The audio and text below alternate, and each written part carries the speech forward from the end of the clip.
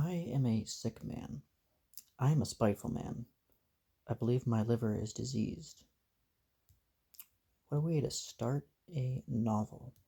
The first sentence to Notes from Underground. I'll always be destined to say that. Banana is not a piano key, and that will make sense later on. Um, Fyodor Dostoevsky, probably one of my all-time favorites, as you already know. And I think it's about time that I talk about his novella, Notes from Underground, because it is very impactful and very depressing at the same time.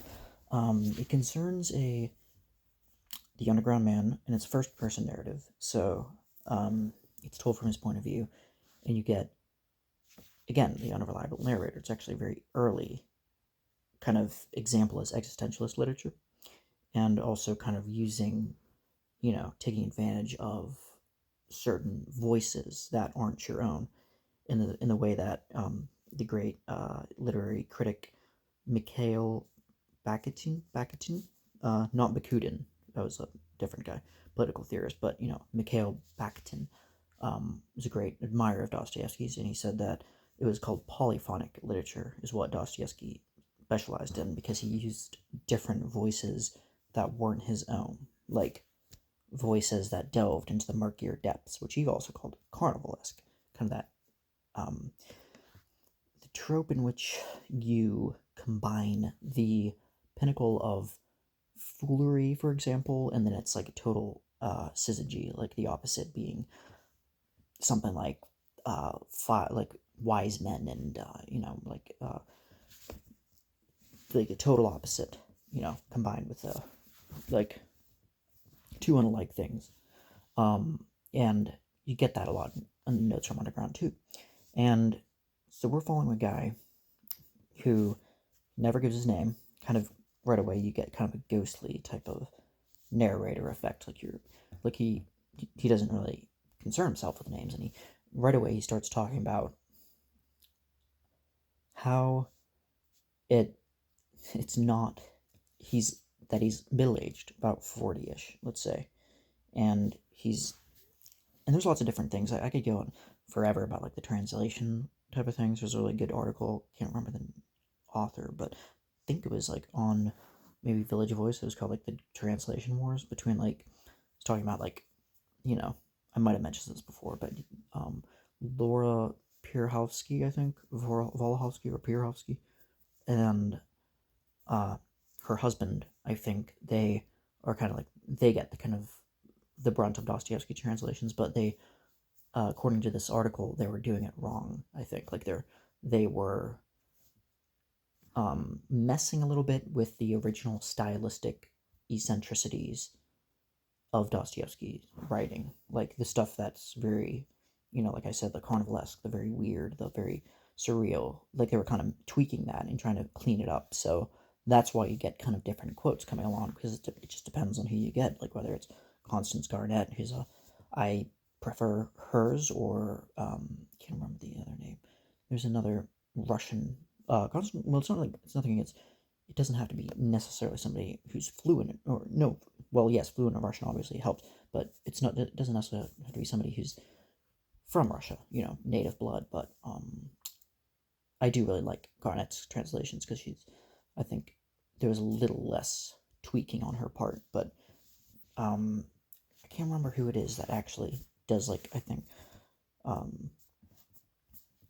but anyway, but there's a point where he's talking about, like, he's middle aged, and he's saying that it's actually quite rare for me to be at this age, 40 something, and to still be alive and not to have been dead already. And I should have made clear that he's actually in St. Petersburg, and he says, like, I think he's like a retired civic servant or a civic counselor. You found that a lot in Russian literature at the time, whether it's Gogol or you hear like civil servants, and that there's a lot of this going on, like kind of some of it was rumored to be BS jobs, kind of like not really to, like definitive jobs that if you took them away, like wouldn't really affect society negatively too much. Like it would just kind of, well, wouldn't really make a difference. But I think his job was like kind of like that. And he's like saying that he's a civil, like retired civil servant, or I think he has plans to retire, but he doesn't really have an impact. Like he's like a ghost and he retires. That's why he calls him. That's why he's dubbed the underground man, because he's like lives underground. Like he lives, um, not a cozy hobbit hole, but like a danky, murky, like dilapidated St. Petersburg home. And you see this again in Dostoevsky, like the stark poor, like from his very first book, or epistolatory book, I think, Poor Folk, which talks about, again, execrable, abject poverty, because it was so prevalent at the time.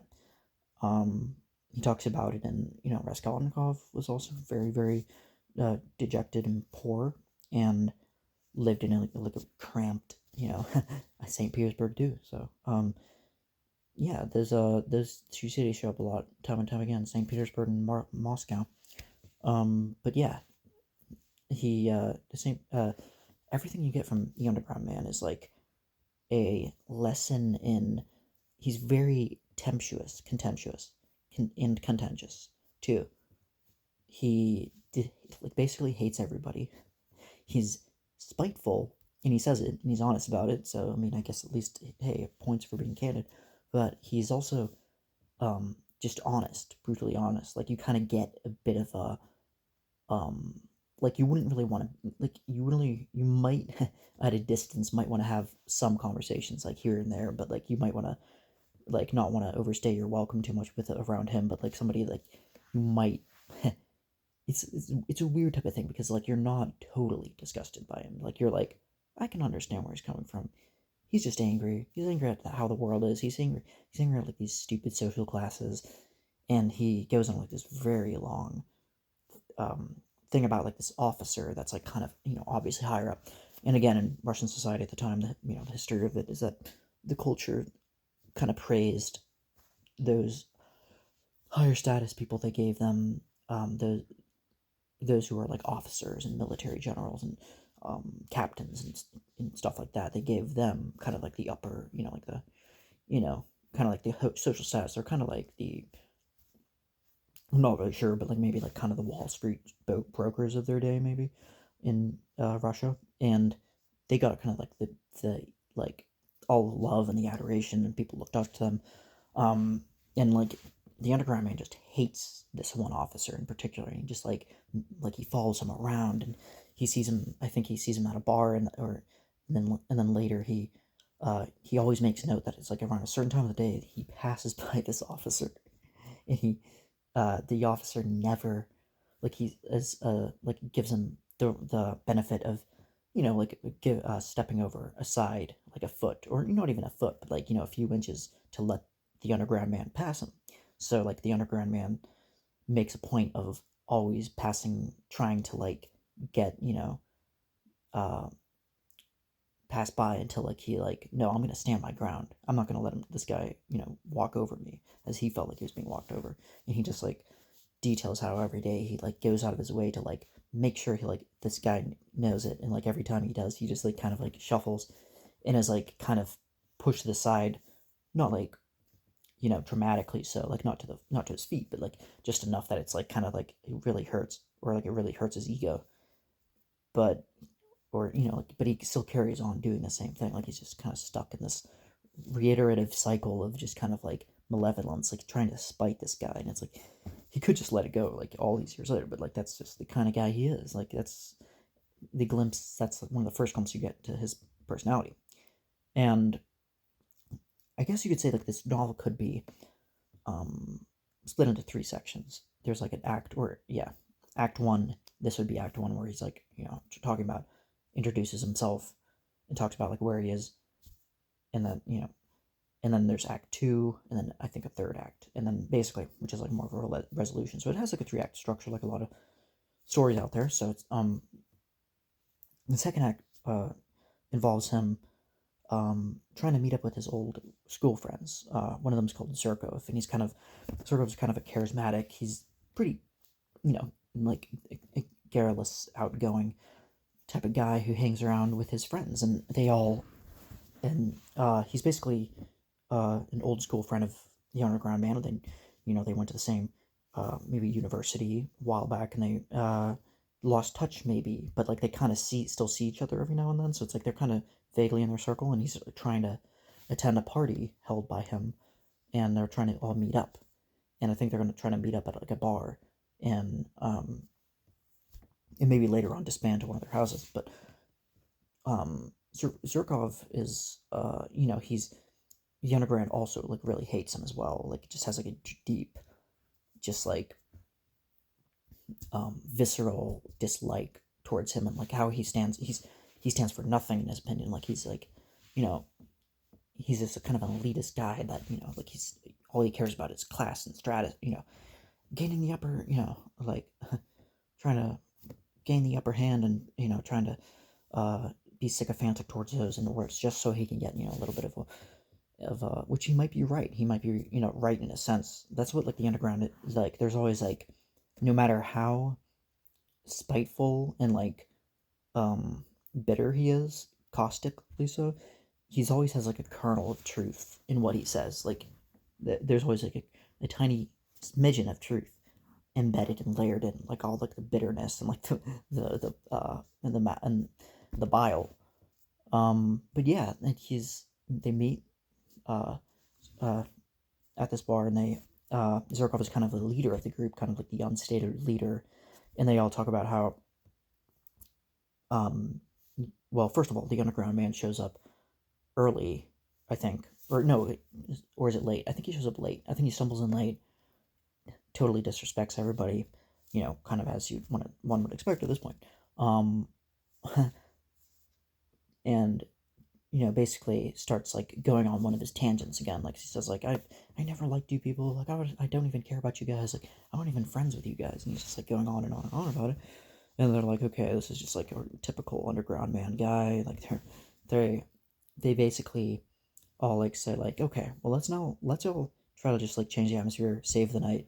They all end up going to like brothels, and they don't tell the underground man where they're going. They just kind of leave. And they're like, okay, well let's just. He's like drunk anyway too, so the underground man's just kind of drunk and delirious. But I think he's able to kind of get like the idea that they all they where they went, so he like follows them there, and then he still ends up uh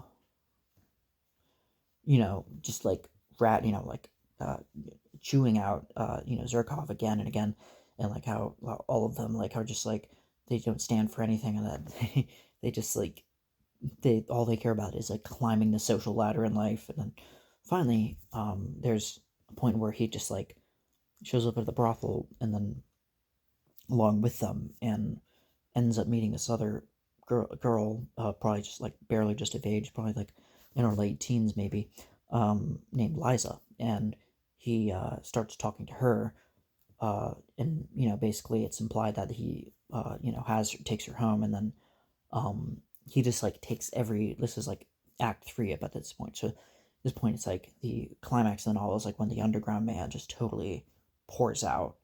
Because I've also made clear too that there's actually two alternating.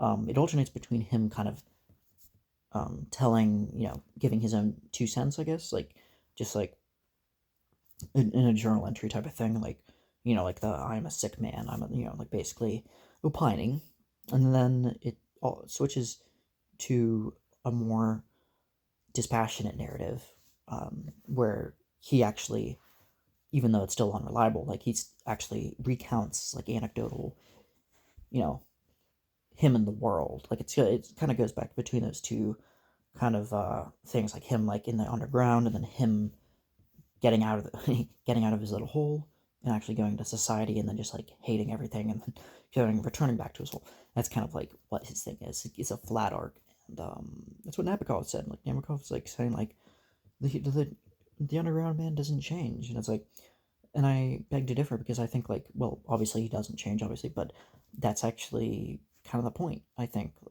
you know, he's not meant to be a not only not likable, but also not privy or prone in any way to change. Like he is, when he with Liza, especially, like you see a tiny bit of hope. Like he shows her, like he's like, I commiserate. I feel what you're feeling. Like I feel this poverty, this great, you know, breadth of uh dread and despair, and like he just like tells this like sob story, and or well, not a sob story, but like he pretends as if he's commiserating, and then he totally just changes tactics, and then out of nowhere just starts like lambasting her and just saying like, like, yeah, like you're a louse, like you're nothing, like you're not, like I redact everything I say, and then she's just in tears, and it's just like this, this is what Dostoevsky's so powerful at. It's like he's capable of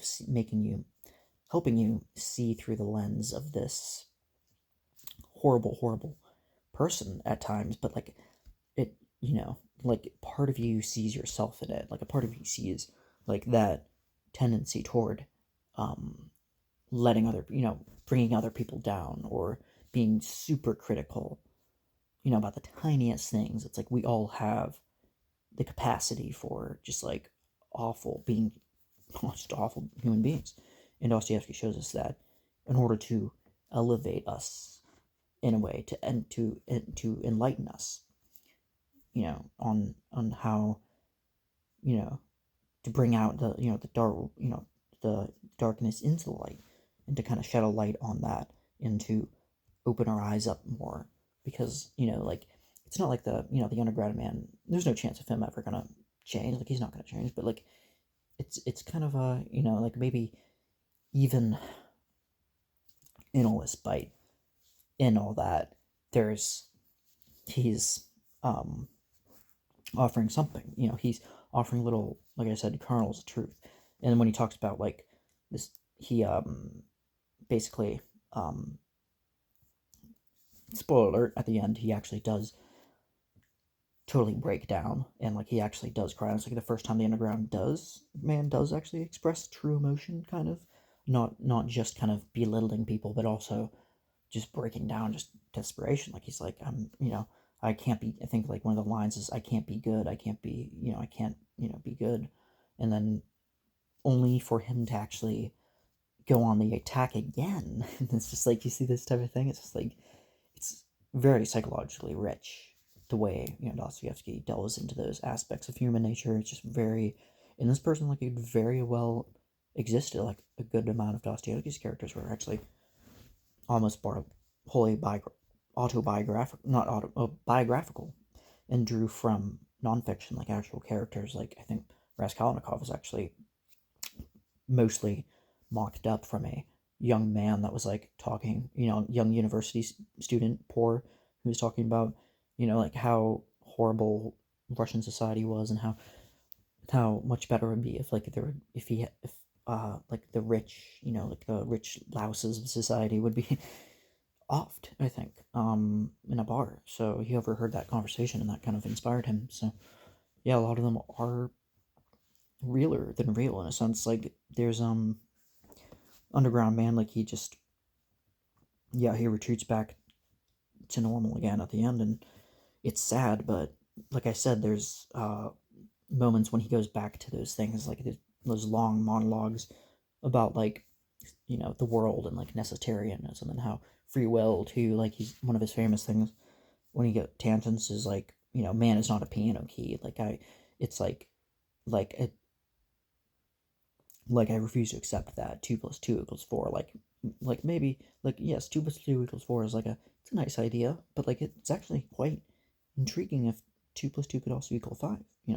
And it's like none of it makes sense. But he's arguing against free will. He's arguing against the view is necessitarianism, like things in the sciences have been teaching a lot at the times are just like, yeah, 1 plus, like just strict, you know materialistic, reductively so. Like I'm a bit fuzzy on the vernacular, but I think it's called um some form of materialism. I think absolute materialism or something, where you like everything is just relegated to, yep, the science, everything he says, like the material existence we have.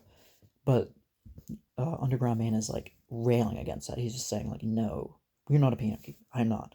Like you are a man. Like you're able to make your own decisions. I can do what I want out of spite. And it kind of reminds me a bit of like all these other kind of secular humanist type people that think there's it's like think deduce at the end of the day, they're like, well, I think everybody can kind of get on board with this whole humanism thing, because like we're not talking about like everybody can kind of cash in on that. Like everybody's like, come on, like everybody can be can be harmonious and and not listen to their own instincts and their own selfish desires. And we can all kind of get together, right, in community, and harmony.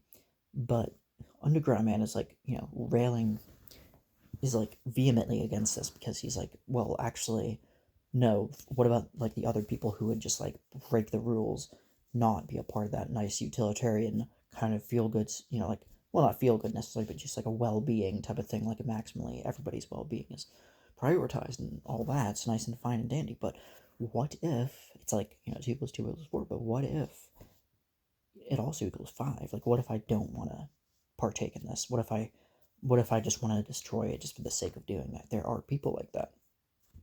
So, what do you do about that? And that's the questions that Dostoevsky brings, and that's why it's so brilliant, and that's why it's probably my favorite books. And like, despite it being really depressing, like it's a great book, and yeah, definitely recommend it. So, notes from Underground. So, thank you for watching.